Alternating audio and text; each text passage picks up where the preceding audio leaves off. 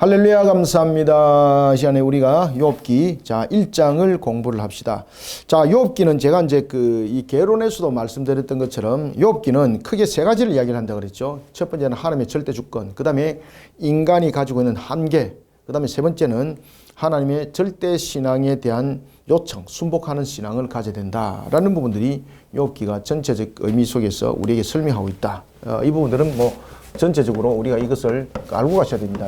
욥기는 크게 이제 세 가지의 부분들을 우리에게 증거하고 있는데, 하나님의 절대 주권, 그죠? 하나님의 절대 주권, 하나님의 절대 주권. 이 속에서 이제 그 하나님의 섭리가 이 속에 함께 증거되어지고 있고, 그 다음에 이제 인간의 한계. 인간은 자신이 이해하면서 하려고 그러는 것이 신앙이 아닙니다.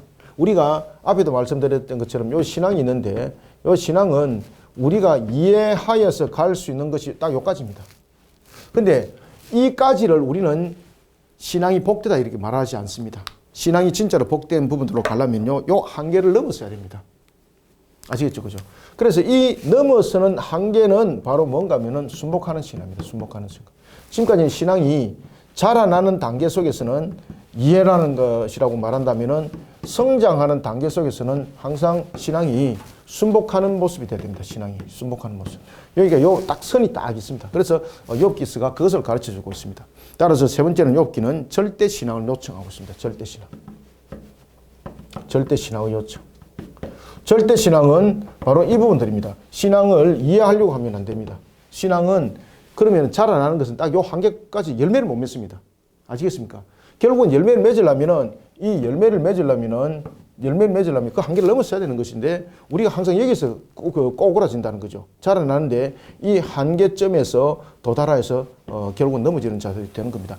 특히 이제 오늘 본문에 나타나는 욥기 신앙도 마찬가지입니다. 그래서 하나님께서는 이 잘못되어 있는 인과응보의 신앙에 대해서 이것을 깨뜨리는 겁니다. 이것을 깨뜨리고 이와 같이 절대 신앙을 하나님께서는 요청하고 있습니다. 그렇기 때문에 욥기 38장 이후에 38장에서 그 이후에 41장까지 그 내용들이, 41장까지 내용이 여러분들 보시면 아십니다만은, 하나님의 어떠하심에 대해서, 왜 욥을 갖다가 잘못된 신앙을 깨우치는데 왜 하나님의 어떠하심에 대해서 이야기를 할까요?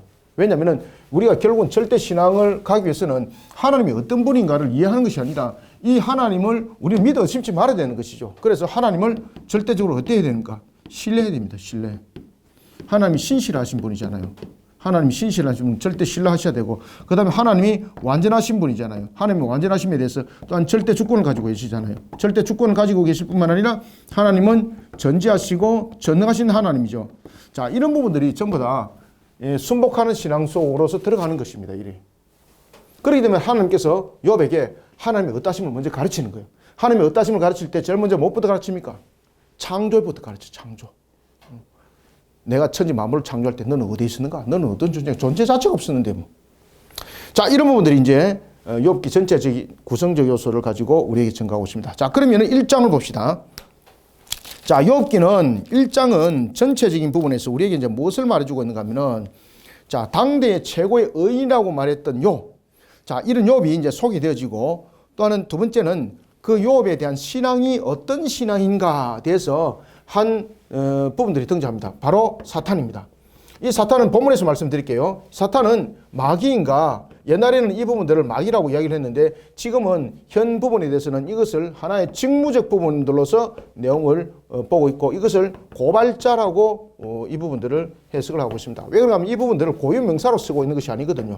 이 부분들이 지금 고유명사라는 사탄으로 지금 쓰고 있는 것이 아니라 앞에 관사가 붙어집니다. 관사가 붙어져서 하나의 직무적 요소를 설명하고 있는 것입니다.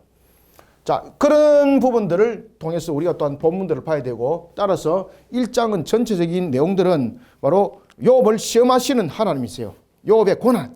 자, 그러면은 욥은 왜 고난을 당하는가? 하나님께서 그의 신앙을 시험을 하는데, 그 신앙을 누가 고발하나요? 고발자인 사탄이 고발하는 겁니다. 사탄이 뭐라고 고발하는가 하면은, 하나님, 욥은 하나님께서 축복하셔가지고 그가 자신이 내용들을 가지고 신앙을 말하고 있는데, 실질적으로는 욥이 무슨 신앙이라는 겁니까? 사탄이 고발합니다. 기복신앙입니다.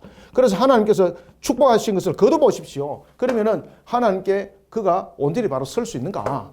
그런데 이 사탄의 말대로 하나님께서 말씀 줄 때에 그러면은 욥의 생명에 대해서는 네가 손을 대지 말고 그러면 내가 욥을 복을 준 것에 대해서 그러면 그것을 시험해봐라. 그리고 욥에게 대해서 4가지 시험이 주어집니다. 4가지 시험. 이 4가지 시험을 주어질 때에 욥은 어떻게 합니까? 주신 분도 여호와시오 취하는 분도 하나님이시지 않습니까? 그런 부분들로서 세워진 것을 통해서 사탄이 고발자인 사탄이 잘못되었다. 욥에 대해서 잘 알지 못했다는 것을 증명하기도 합니다. 자, 그런데 욥에게는 문제점이 있었습니다. 자, 기복신앙은 아니지만은 욥의 신앙이 무엇입니까? 그 당대의 인과응보의 신앙, 이것이 문제였던 거죠. 그래서 하나님께서는 이 인과응보의 신앙을 깨트리는 장면을 3번의 변론을 통해서 증가하고 있습니다. 자, 그 부분에서 이제 첫 번째 장막을 엽니다. 욥의 고난. 자, 한번 봅시다. 자, 1장 1절 봅시다. 우스 땅에, 자, 우스 땅이라고 말하는 것은 이것이 하나의 설화가 아니라는 것을 또한 증명하고 있습니다. 특히 이제 우스 땅이라는 것은 이 부분들이 이 부분들은 팔레스타인 지역이 아닙니다. 이 부분들은 팔레스타인 지역이 아니고 아랍 지역이라 이래 보시면 됩니다. 그러니 이곳은 어느 지역인지 확실하게는 알 수 없지만은 이 지역이 지금 보면은 아랍 지역 가운데서 한 지역이었다. 이렇게 보시면 됩니다. 그것을 우리가 우스라는 부분을 통해서 우스 땅이라는 부분들이 이것을 증가하고 있습니다. 자, 우스 땅에 욥이라 불리는 사람이 있었는데, 자, 욥이라는 건 뜻은 무엇인가 하면요, 하나님은 어디 계신가라는 것인 거예요. 그리고 또한 그 어떤 부분에서는 그 욥이라는 부분들을 미움을 받은 자라고도 말하고 있고, 그 다음에는 뭐 회개하다라는 부분들로서도 뭐 이렇게 말을 하고 있거든요. 미움을 받은 자, 회개하는 자, 뭐 이렇게도 설명합니다. 욥은 미움을 받은 자 또는 회개하는 자 이렇게 이제 설명하기도 하고, 그 다음에 또 하나는 여기 이제 그 해석에 따라서 좀 달리가 할 수 있는데, 또 어떤 부분에서는 이 욥이라는 부분들은 그 핍박당하는 자 또는 하나님은 어디에 있는가 이렇게 또 해석합니다. 핍박당하는 자.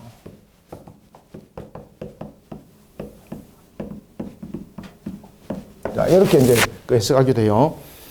우스 땅에 욥이라 불리는 사람이 있었는데 그 사람은 자, 욥의 신앙을 이제 4가지로 증가합니다. 자, 여기서 여러분 욥기에서 지금 사라는 부분들이 반복적으로 강조돼요. 욥에 대해서 신앙을 강조할 때도 사가 강조되고 시험을 받을 때도 사가 강조돼요. 자, 그 다음에 또 하나는 열이라는 부분들이 강조됩니다. 이런 부분들은 히브리 관점 속에서 굉장히 중요한 이야기를 하고 있습니다. 그래서 이런 부분들을 절대 놓치지 마셔야 되는 거예요. 자, 여러분들 보시면은 욥이 신앙에 대해서 이야기를 할 때 4가지를 이야기를 해요. 4가지. 특히 이제 신앙에 대해서 4가지를 이야기할 때 이 내용은 뭔가 하면은 사라는 것은 무엇을 상징하고 있습니까? 사람, 땅, 방향, 4방향이죠. 이런 부분들을 통해서 이야기를 하고 있을 때 사람이 가질 수 있는 신앙은 그가 다 가졌다는 이야기예요. 그래서 4가지 신앙을 이야기를 하는 거예요. 자, 첫 번째, 온전했습니다. 온전한 신앙이었습니다. 두 번째, 정직했습니다. 온전, 정직, 하나님을 경외, 악을 떠났다. 그죠? 정직함. 그 다음에 세 번째는 하나님을 경외하는 신앙. 그 다음에 4번째는 악을 떠났다. 자, 이것을 4가지로 설명하는 이유는 인간이 가질 수 있는 신앙의 하나의 최고의 부분들의 요소를 설명하고 있습니다. 자, 이런 부분에 대해서 또한 등장하고 있는 것이 있는데 그것은 바로 열이라는 숫자입니다. 자, 이런 욥이 신앙으로서는 온전함과 정직함과 하나님을 경외함과 그리고 악을 떠남을 그거는 신앙의 요소를 가지고 있습니다. 그러니까 사람이 가질 수 있는 신앙의 요소를 그는 다 가졌다는 이야기예요. 그래서 4를 가지고 설명하는 겁니다. 이해됐습니까? 자, 그 다음에 여기서 그가 받은 축복을 보세요. 그가 받은 축복에 대해서 강조하는 것이 열이라는 것을 강조해요. 열. 자, 열은 어떤 의미를 우리에게 설명하고 있습니까? 충만한 숫자죠. 그죠? 충만한 숫자. 열은 충만함. 자, 그의 재산도 여러분들 소개할 때 잘 보십시오. 자, 아들 7. 자, 첫 번째 아들이 몇 명? 그렇지. 그 다음에 딸이 몇 명? 셋. 자, 그럼 몇? 열이죠. 그러니까 자녀도 하나님으로부터 충만하게 축복을 받았다는 얘기예요. 자, 그 다음에 두 번째 전부 다 열이라는 부분들로서 형질됩니다. 자, 그 다음에 두 번째 3절 그의 소유물은 양이 7,000마리요. 자, 양이 몇 마리? 자, 7,000마리. 그 다음에 낙타가 몇 마리? 낙타가 3,000마리죠. 그죠? 자, 이것도 무엇으로 지금 통일됩니까?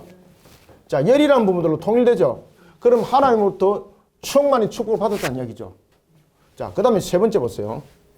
자, 세 번째 보시면은 또 무엇입니까? 그렇죠. 소가 500결이요. 자, 소가 500결이. 그 다음에 양이 암나기가 몇 마리? 암나기가 500마리. 암나기가 500마리. 자, 특히 이제 암나기가 강조되는 것은 암컷은 풍성한 것을 더욱더 만들어가 생산하는 생육 번성 충만함의 의미를 가지고 있죠. 암컷은 생육, 그 다음에 번성, 충만함에 대한 요소를 가지고 있습니다. 그래서 소도 수컷보다 암컷이 굉장히 중요하고 비싸게 사용되었습니다. 낙타도 마찬가지. 모든 암컷이. 자, 여기서도 보십시오. 500, 500 하니까 어떤 숫자 나옵니까? 자, 열이라는 숫자 등장하죠? 자, 열이라는 숫자가 등장하는데 여기서 잘 보세요. 자, 앞에서는 보면 그의 신앙을 말할 때는 지금 신앙을 말할 때는 넷이죠. 내 신앙을 통해서 사를 강조하죠. 사를 통해서 사람이 가질 수 있는 신앙에 대해서 최고점을 가지고 있다는 이야기고, 자, 여기서는 종류가 지금 몇 종류예요? 세 종류죠. 세 종류. 자, 세 종류에서는 아들과 딸, 양과 낙타, 소와 암나기, 이걸 통해서, 삶을 통해서 이 속에서 강조하는 것이 하나님이에요. 하나님. 하나님을 강조해요. 하나님. 자, 이 속을 통해서 하나님을 강조하고 있고, 이 모든 것이 열이라는 충만한 숫자로 전부 다 채워지죠. 아시겠습니까? 그래서 이 내용들이 전부 다 열이라는 충만한 숫자로 채워지면서 그의 모든 축복은 하나님께서 어떻게 하셨다? 하나님께서 어떻게 하셨다? 충만히 하셨다. 그래서 이 3이라는 통해서 우리가 하늘은 그 3을 강조하고 있지 않습니까? 이런 부분들 통해서 하나님을 강조하고 있는 것이 바로 이 세 가지 유형입니다. 이해됐습니까? 자, 그러면서 하나님의 은혜가 충만하게 그에게 임하였다. 이것을 강조하고 있는 거예요. 이걸 통해서 무엇을 강조한다? 그렇지. 하나님의 은혜가 그에게 충만하였다. 하나님의 은혜가 그에게 충만하였다. 그러니까 이 속에서 먼저 딱 들고 놓은 것이 인과응보가 아니라는 거예요. 자신이 어렵게 뭔가를 하여서 자신이 무언가의 어떤 행위를 통해서 얻은 것이 아무것도 없다는 겁니다. 하나님께서 그에게 은혜를 베푸셔서 이것을 먼저 얘기를 딱 하고 들어가는 거예요. 지금 여기는. 이해됐습니까, 이거? 굉장히 중요한 부분들입니다.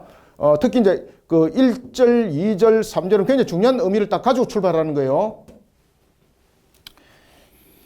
3절 그의 소유물은 양이 7,000마리요 낙타가 3,000마리요 소가 500결이요 암나기가 500마리이며 종도 많이 있었으니 이 사람은 동방 사람 중에 가장 훌륭한 자라. 이해됐죠, 그죠? 그래서 욥기서는 이 부분이 굉장히 강조되고 있습니다. 요거 그 머릿속에 전부 다 암기하셔야 돼, 이거. 왜냐면 욥의 굉장히 중요한 부분들입니다. 이 부분들을 가지고 나중에 끝에 또 다시 이 부분 전부 회복시켜요. 아시겠죠, 그죠? 이 부분들이 42장에 가서 이 부분들이 전부 회복됩니다. 이제 1장과 2장에서는 이것을 거둬가는데 고난 속에서 나중에 42장에서는 이걸 전부 다 회복시켜요. 그래서 이 부분들이 중요해요, 이 부분들이. 욥의 신앙의 네 가지는 무엇을 강조하고 있다? 사람이 가질 수 있는 신앙의 최고점을 그가 가지고 있었다. 그렇지만 한계는 인간의 가지고 있는 유한성은 분명하게 뚜렷하죠, 그죠? 자, 이 속에서는 또한 그의 가지고 있는 모든 부분들은 인과응보 속에서 얻은 것이 아니라 하나님께서 은혜를 베푸셔서 모든 소유가 이루어졌다라는 것을 세 가지 용도가 열이라는 충만한 숫자로서 전부 다 강조하고 있다. 자, 4절 봅시다. 그의 아들들이 자기 생일에 각각 자기의 집에서 잔치를 베풀고 그의 누이 3명도 청하여 함께 먹고 마시더라. 자, 여기서 지금 보면 자녀들이 전부 다 결혼을 하고 분가했다는 것을 알 수가 있죠. 그리고 이제 형제 사이도 굉장히 우애가 돈독한 것을 우리가 볼 수가 있습니다. 그게 가정에 문제가 없죠, 그죠? 가정에 문제가 없습니다. 자, 여기서 이제 욥의 신앙이 인과응보 신앙이라는 것을 바로 이제 알 수가 있습니다. 여러분들, 욥이 고난을 받을 때에 이런 충만한 축복을 받았는데 이것이 전부 다 없어졌다, 무너졌다. 충격이 얼마나 크겠습니까, 그죠? 그래서 하나님께서는 이 과정을 통해서 그의 신앙을 바르게 세웁니다. 자, 5절 그들이 차례대로 잔치를 끝내면 욥이 그들을 불러다가 성결하게 하되 아침에 일어나서 그들의 명수대로 번제를 드렸으니 이는 욥이 말하기를 혹시 내 아들들이 죄를 범하여 마음으로 하나님을 욕되게 하였을까 함이라. 욥의 행위가 항상 이러하였더라. 자, 이 내용은 또 우리에게 무엇을 증거해 주고 있는가 하면은, 자, 여기 이제 그 욥이 보면은 인과응보 신앙에 대해서 이야기를 하고 있습니다. 잘 보세요. 여기서 보면은, 자, 잔치를 끝냈습니다. 그런데 여기서 성결을 하되 그들을 불러다가 성결하되 아침에 일어나라고 이렇게 말하고 있고, 또 하나는 하반절에 보면은 내 아들들이 죄를 범하여 마음으로 하나님을 욕되게 하였을까 함이라. 이건 무엇입니까? 이건 우려사항이거든요. 그럼 실제로 그렇게 한 것은 아니라는 거죠. 그럼 이 속에서 왜 이런 우려사항이 나타날까? 지금 여기서 보면은 그가 속죄제를 드리고 있다는 거거든요. 속죄제를 지금 드리고 있다는 것을 우리가 볼 수 있거든요. 왜냐하면 범죄함으로 마음으로 하나님을 욕되게 하였을까 함이라 라는 것이죠. 그러면은 자, 여기서 분명한 것은 속죄제인데 속죄제를 드릴 이유가 없는데 지금 속죄제를 드리고 있는 거죠. 그러면은 이 부분들이 예방을 위한 제사라는 것을 알 수가 있어요. 예방을 위한 제사. 자, 이 예방을 위한 주사는 어떤 의미를 가지고 있는가 하면은 혹이나 우리 자녀들이 A라는 잘못을 범해서 하나님으로부터 A라는 그런 저주를 받을까 봐 우려를 하는 거예요. 그렇게 해서 이미 예방 측면에서 지금 속죄제를 드리는 거예요. 이게 어떤 의미를 가지고 있을까요? 바로 인과응보의 신앙입니다. 이게 예방 조치를 위한 인과응보 신앙입니다. 이게 욥의 신앙이었습니다. 이게 지금 이해되고 있습니까? 이 본문 이해 잘 하셔야 됩니다. 자, 이런 것을 통해서 그가 얼마나 인과응보적인 신앙이 특별한지를 부각을 시켜주고 있습니다. 이것은 오늘 5절의 이 부분들은 하나님과 어떤 긴밀한 교제를 말하고 있는 것이 아닙니다. 혹이나 자신의 자녀들이 혹이나 잘못되어서 하나님으로부터 저주를 받을까 봐 두려워하여서 그것을 사전에 막는 겁니다. 지금 이 제사가. 이해됐죠? 그죠? 그래서 이 제사는 신앙 가운데 드려지는 제사가 아니고 그 예방을 위한 제사예요. 예방을 위한 제사. 그래서 이것이 인과응보적 요소를 가지고 있는 속죄제가 되는 겁니다. 이게. 이와 같이 그 모든 신앙들이 보면은 이런 단편적 요소를 가지고 있습니다. 그래서 물론 욥이 하나님을 경외한 것은 분명히 맞습니다. 하나님을 경외한 것도 맞고 그가 악을 떠난 것도 맞습니다. 그런데 아들들이 잔치를 벌였는데 혹이나 하나님께 어떤 우를 범한 일이 있는가? 확인된 것은 없잖아요. 확인된 것은 없지만은 혹이나 그러한 부분에서 그들이 잘못된 것이 있다면은 이 부분들에서 하나님으로부터 저주가 임하지 않도록 하기 위해서 지금 속죄제를 드리는 거예요. 그러면서 예방적 차원에서 제사를 드리는 하나의 내용, 저주를 물리치기 위함이죠. 이 부분들이. 저주가 임하지 못하도록. 그러니까 이 부분들이 신앙이라고 보기보다는 지금 이 속죄제 드린 제사가 이 신앙이라기보다는 인과응보에 가까운 그의 모습을 우리가 발견할 수가 있습니다. 그래서 번제를 드렸더라라는 것은 이 번제가 어떤 의미를 가지고 있는가 하면 속죄제인데 확실한 속죄제도 아니면서 그가 속죄제를 지금 드리고 있는 이유는 자신의 아들들, 딸들이 이와 같은 하나님으로부터 저주가 임할지도 모른다라는 그러한 하나 측면에서 예방을 위한 제사를 지금 드리고 있다. 이렇게 보면 되겠습니다. 자, 그래서 이런 우리가 그 내용들을 보면은 이 욥이 하나님으로부터 우리가 바르게 신앙을 인도받는다는 것이 얼마나 중요한지를 다시 한 번 더 조명해 주고 있는 것입니다. 자, 5절 하루는 여기서 이제 하루는이라는 것은 우리가 살아나가는 이 땅이 아니고 천상에서 지금 이 내용들이 지금 전개되고 있는 겁니다. 지금 1절부터 4절은 땅에서 내용이고 지금 6절은 하늘에서 내용이에요. 6절은 하늘에서 내용입니다.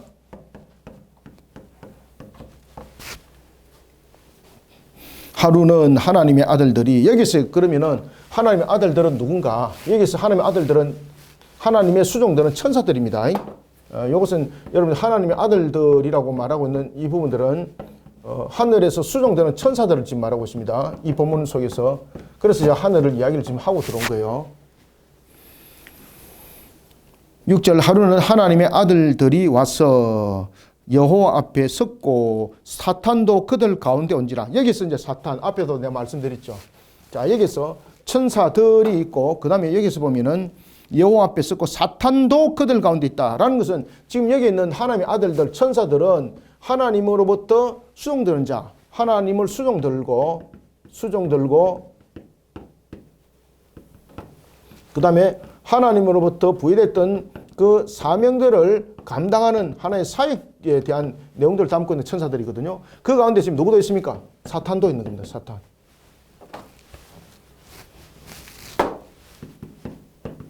자, 여기서 사탄은 앞에서 제가 말씀드렸죠. 여기서 사탄은 고유명사가 아닙니다. 고유명사면은 이게 우리가 알고 있는 악마, 그죠? 마귀, 옛 뱀인데 여기서는 고유명사를 쓰고 있지 않습니다. 고유명사를 쓰고 있지 않고 이 부분에 관사를 사용하고 있습니다. 앞에 관사를 써서 지금 이 사탄이 하나의 직무를 감당하고 있는 역할자라는 것을 우리가 알 수가 있습니다. 역할자. 그러면은 이 사탄은 어떤 역할자인가? 우리의 신앙을 쭉 다뤄다니면서 감찰하면서, 왜 우리가 보면은 뭐 감사원이 감사를 하면서 쭉 잘못된 것을 우리가 이제 그 보고서를 쓰잖아요. 그죠? 보고서 써서 이 사람은 어떤 부분들이 잘못되었습니다. 어떤 부서가 뭐가 잘못되었습니다. 이런 것들을 우리가 이제 고발하는 역할이 이제 감사원의 역할들이잖아. 그죠? 자, 이와 같이 이 역할은 바로 고발자로서의 역할입니다.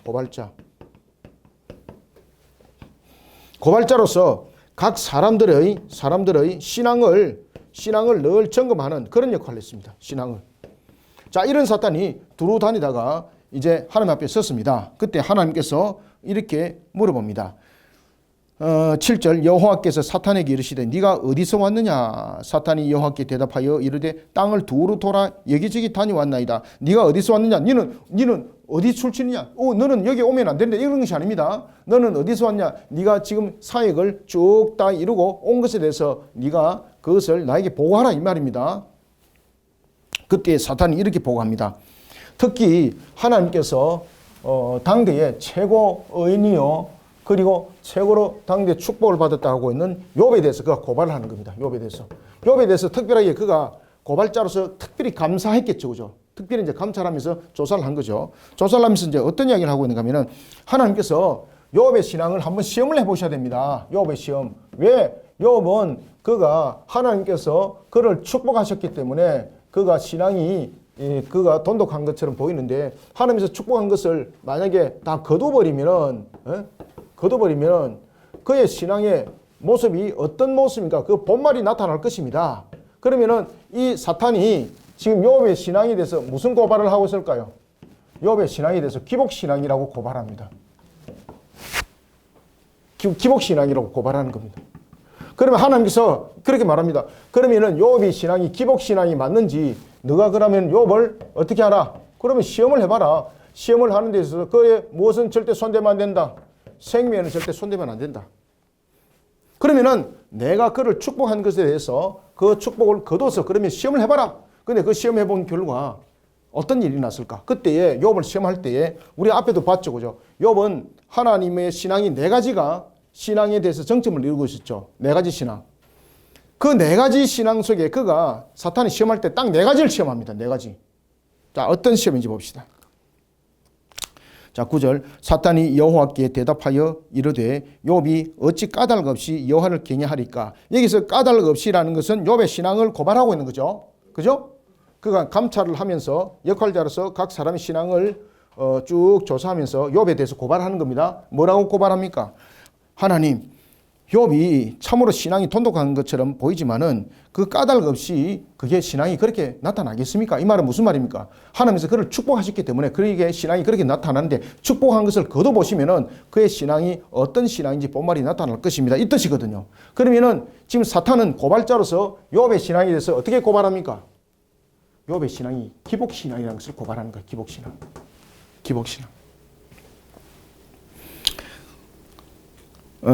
봅시다. 7절부터 다시 봅시다.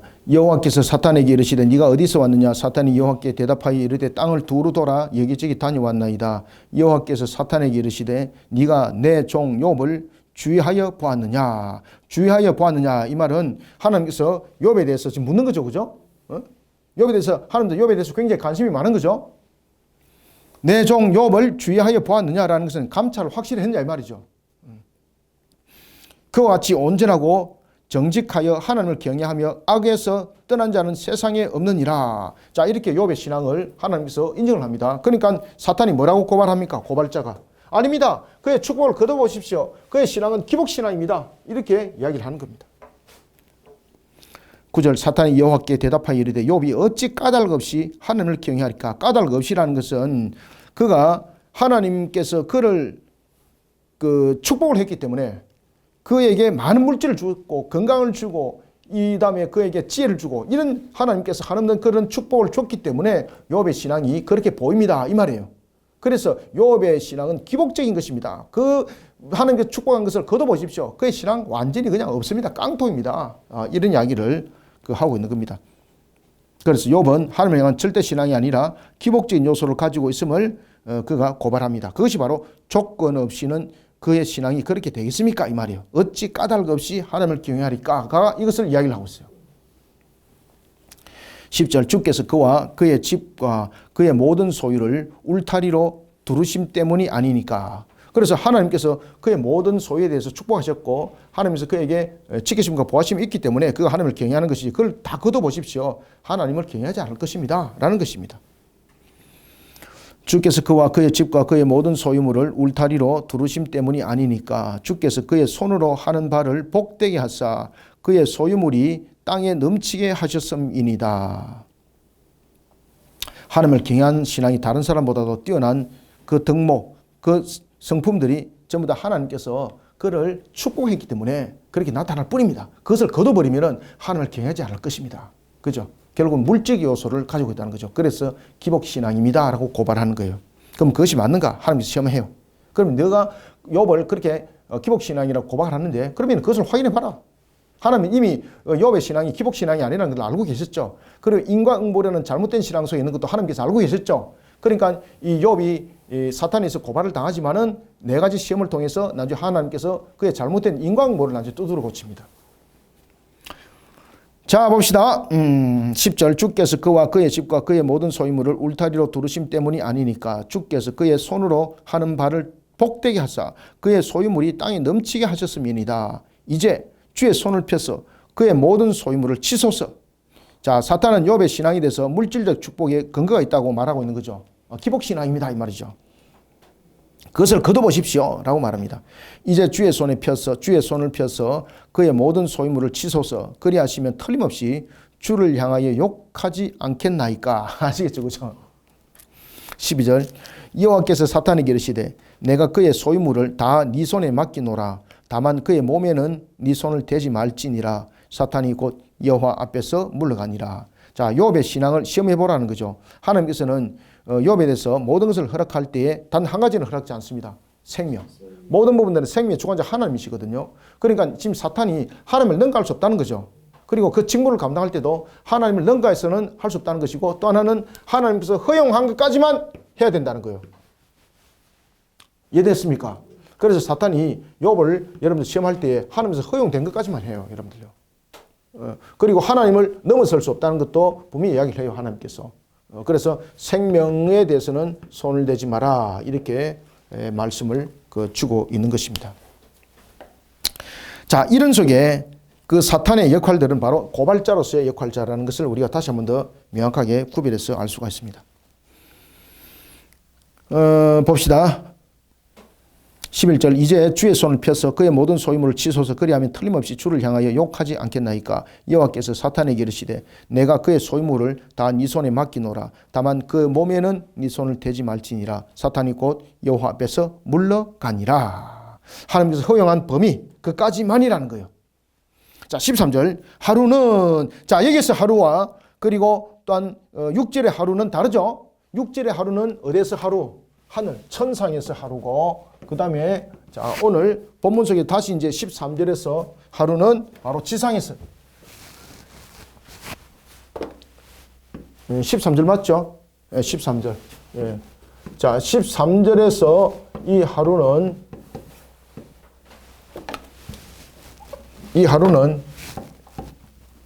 지상이 지상. 6절은 요 하루라는 부분들이 천상에서의 내용을 담고 있는가 하면은 13절에서 이 하루는 지상에서 내용이에요. 하루는 욥의 자녀들이 그 맏아들의 집에서 음식을 먹으며 포도주를 마실 때에 사환이 욥에게 와서 이르되 소는 밭을 갈고 나귀는 그 곁에서 풀을 먹는데, 자 보십시오. 이제 첫 번째 환란. 첫 번째 환란이 무엇인가 하면은 저 환란도 전부 다 네 가지로 일어납니다. 그래서 지금 욥기 1장에서는 4와 3과 7이 강조돼요. 그 다음에 열이 강조됩니다. 특히 이제 열이 강조되면서 그 내용들을 이야기를 하고 있고, 4와 열을 통해서 사는 사람에 관해서 그 내용들을 강조하고 있고, 열은 하나님의 은혜가 충만함에 대해서 그 내용을 강조를 하고 있는 것이 바로 1장이 또한 특징이기도 합니다. 따라서 욥의 재앙의 숫자가 그 4라는 것은 이 재앙이 사람에게 임했다는 것이고, 그리고 또한 이 부분들이 또한 띄엄띄엄 가는 것이 아니라 연속성에 지금 시험을 당하고 있는 것인데, 여러분들 연속성에 시험을 당하면요 충격이 얼마나 큰가 아십니까? 그죠? 대단한 것이죠. 자 15절 봅시다. 스바 사람이 갑자기 이르러, 여기서 이제 갑자기 스바 사람이 갑자기 이르르는 것은 평소 때는 이런 내용들이 없었다는 겁니다. 스바 사람이 갑자기 이르러 그것을 빼앗고 칼로 종들을 죽였나이다. 나만 홀로 피하였으므로 주인께 아래로 왔나이다. 자 여러분들 그 풀을 먹이고 있는데 소와 밭에서 소는 밭을 갈고 나귀는 거기에 대해서 풀을 먹고 있는데 스바 사람들이 와서 전부 다 소와 나귀 다 뺏어갔다는 거죠. 자 이것은 재산이 또 없어지면 또 다른 것을 통해서 또 만들어지기도 하지 않습니까? 자 이곳에서는 욥이 충격은 컸지만은 그래도 회복이 또한 이룰 수 있는 것에 대한 그 모양새는 여전히 가지고 있기 때문에 뭐 엄청난 충격을 받은 것은 아니거든요. 근데 충격이 보시면요 점점 점청법으로 올라갑니다. 충격이 점점 격상됩니다. 자 두 번째, 자 사건의 연속성입니다. 그가 아직 말하는 동안이라는 것은 이게 무슨 뜻입니까? 이 동안에라는 것은 이 사건이 지금 연속적으로 일어나고 있다는 겁니다. 연속성. 사건의 연속성. 그가 아직 말하는 동안에 또 한 사람이 와서 아뢰되, 두 번째, 하나님의 불이 하늘에서 떨어져서 양과 종들을 살라 버렸나이다. 나만 홀로 피하였으므로 주인께 아래로 왔나이다. 자 이번에는 이제 종들까지 이제 태워지는 거죠. 그죠? 앞에도 종들이 죽었지만은 이제는 양과 종들을 태워버리고, 이게 굉장히 충격이 이제 큰 거죠. 종들이 없다면은 여러분 일할 사람이 없는 거죠. 그 다음에 밭갈 소가 없고 낙이 없다면은 밭을 누가 갑니까? 그 다음에 양들이 없다면은 이제 더 이상 그들이 털을 어디서 구하고 우유를 어디서 구하겠습니까? 그죠? 그러면 실질적으로 이 부분들은 경제적으로 완전히 다 무너졌다는 이야기죠. 지금 두 번에 거쳐서. 그죠? 지금 이게 두 번에 거쳐서 경제적 부분들이 완전히 지금 무너지는 겁니다. 경제적. 우리가 여러분들 제일 먼저 반응 오는 것이 뭡니까? 경제적 문제잖아요. 먹고 마심의 문제가 여러분 해결 안 되면은 여러분들 속에 어떤 해결점도 없는 거죠.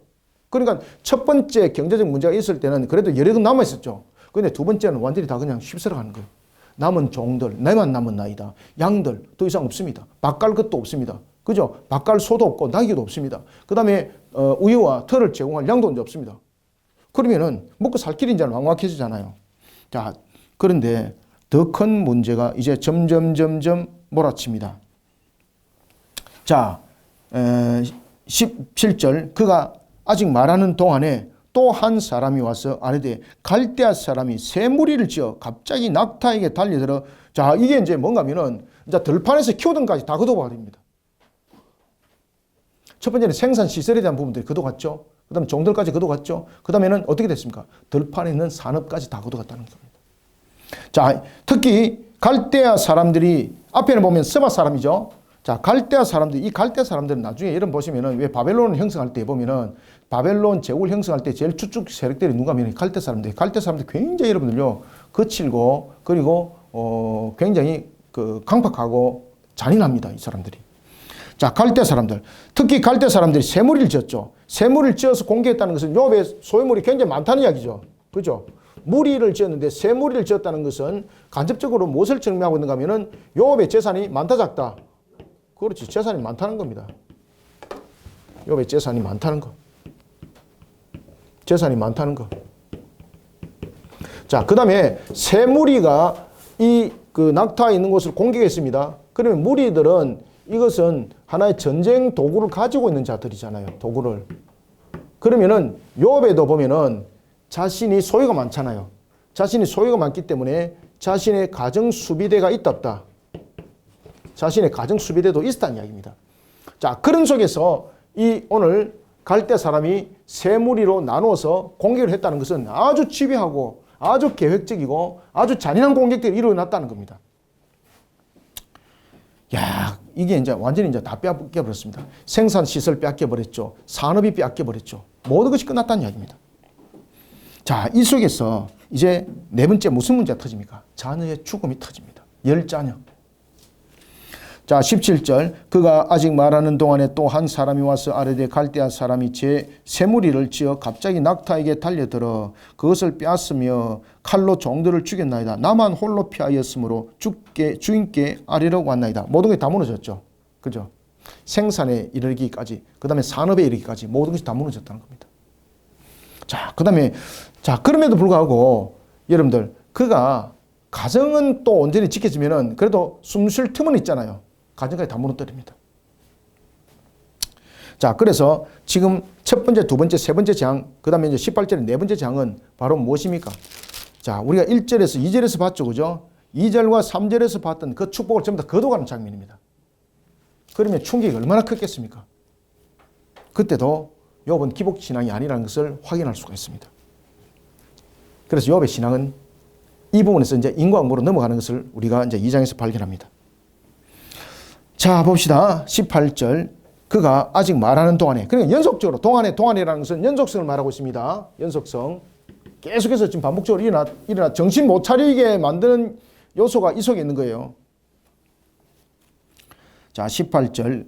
그가 아직 말하는 동안에 또 한 사람이 와서 아르되 주인의 자녀들이, 우와! 네 번째 장은 무엇입니까? 자신의 전 재산으로도 살 수 없는 자녀들 등장합니다. 여기서 자녀들이라는 것은 7명의 아들과 3명의 딸들입니다. 자녀들.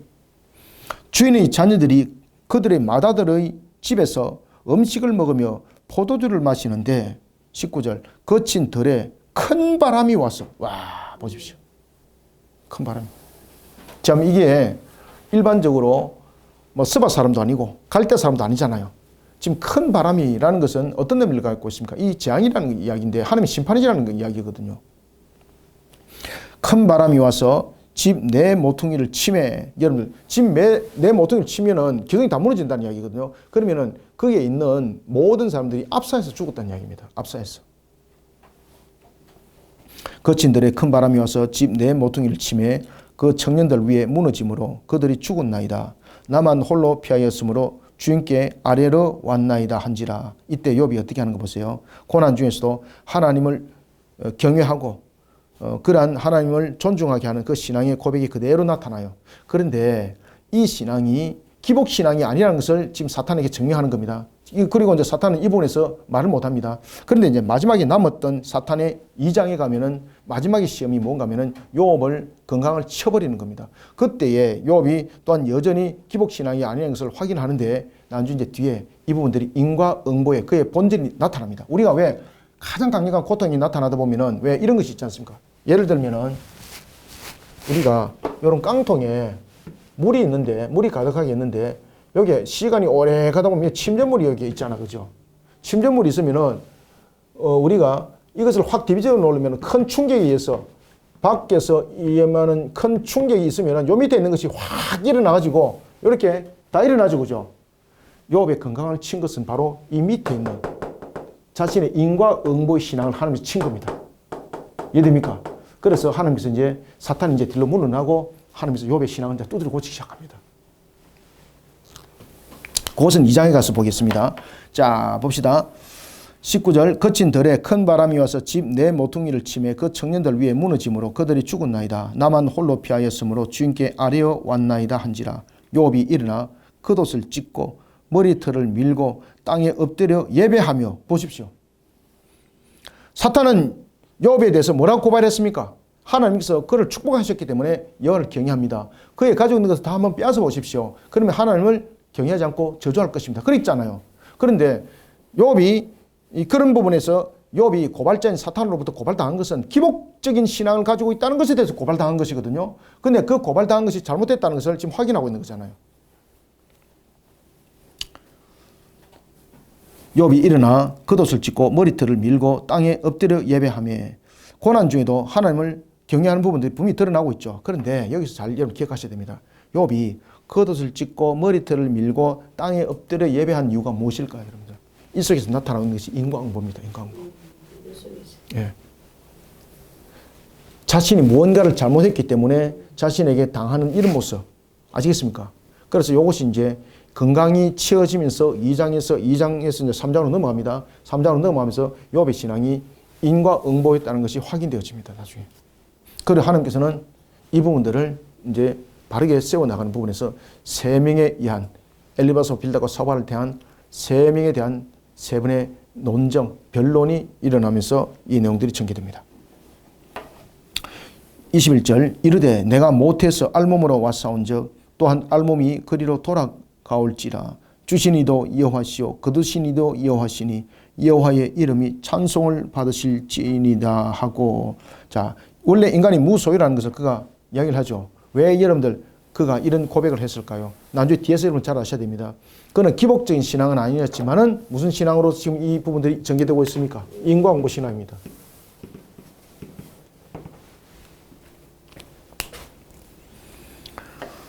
모든 우주의 주관자인 것은 절대 주권자신 하나님이라는 거 인정에 들어갔죠.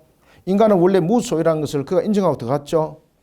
그 다음에 하나님인 생사 화복을 주관하신 분이라는 걸 인정하고 들어갔죠. 그죠? 그런데 나중에 보십시오. 반론을 어떻게 하는 거? 하나님, 내가 무슨 죄를 하나님께 범했는데 나의 재산을 뺏어가고 자녀들을 모든 것을 거두가시고 나의 건강을 치셨습니까? 내가 무슨 죄가 있는지 법제에서 내려오셔서 나를 고발하시고 나를 그 속에서 증명시켜 주십시오. 나중에 이렇게 대답니다. 하나님께. 그래서 이 모습을 통해서 우리는 욥이 신앙이 돈독하다 이렇게만 보시면 안 됩니다.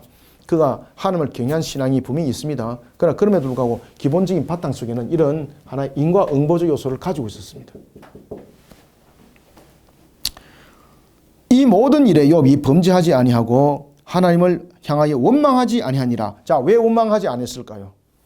이것을 절대로 원망 안 했습니다 라는 걸 통해서 이 부정사 로를 쓰고 있습니다. 로. 부정사 여기 보면은 아니하니라 라고 나와 있죠. 그죠? 아니하니라 부분에 대해서 이 절대 부정사 로를 쓰고 있습니다. 로. 절대 그렇게 하지 않았다는 거죠. 그러면은 이 당시에 팔레스타인 사람들이란지 이 고대 근동 사람들이 가지고 있던 하나의 신앙적 요소, 특히 이제 히브리인들이 가지고 있는 신앙 요소 속에서 하나님을 원망하잖아요. 원망하면 그 저주가 자신에게 돌아온다 이렇게 봤던 겁니다. 이런 인과응보적 요소를 가지고 있기 때문에 원망하지 않습니다. 그런데 이런 부분들이 이제 논쟁을 통해서 이제 자신의 본 모습이 나타나죠. 본 모습이 나타나면서 욥이 이제 하나님께 대들기 시작합니다. 어떻게 대듭니까? 가만히 생각하니까 자신이 하나님께 죄를 범한 것이 없는 거예요. 죄를 범한 것이 없는데 나를 이렇게 이끌어가고 만들어가는 것은 하나님께서 오판한 것 아닙니까? 난 이렇게 따집니다. 그래 하나님께서 법제에 내려오셔서 나의 죄를 확인시켜 주십시오. 아시겠습니까? 그러면서 그가 내가 어머니의 모태로 내가 다시 돌아가기를 원합니다. 이렇게 나타나는 장면들이 전개되어집니다. 자, 오늘은 1장은 여기까지 하고 이제 2장에서 이런 내용들을 본격적으로 전개해 나가도록 하겠습니다. 이런 부분들 이제 잘 보시면 욥기서가 굉장히 재밌고요. 그다음에 이제 욥기서가 가지고 있는 이 특징적 요소가 우리 속에 굉장히 많은 신앙적인 부분에서 우리에게 노크를 하고 있습니다. 이런 부분들을 잘 체크하고 나가시길 바랍니다. 자, 1장은 여기까지 하겠습니다. 감사합니다. 수고하셨습니다.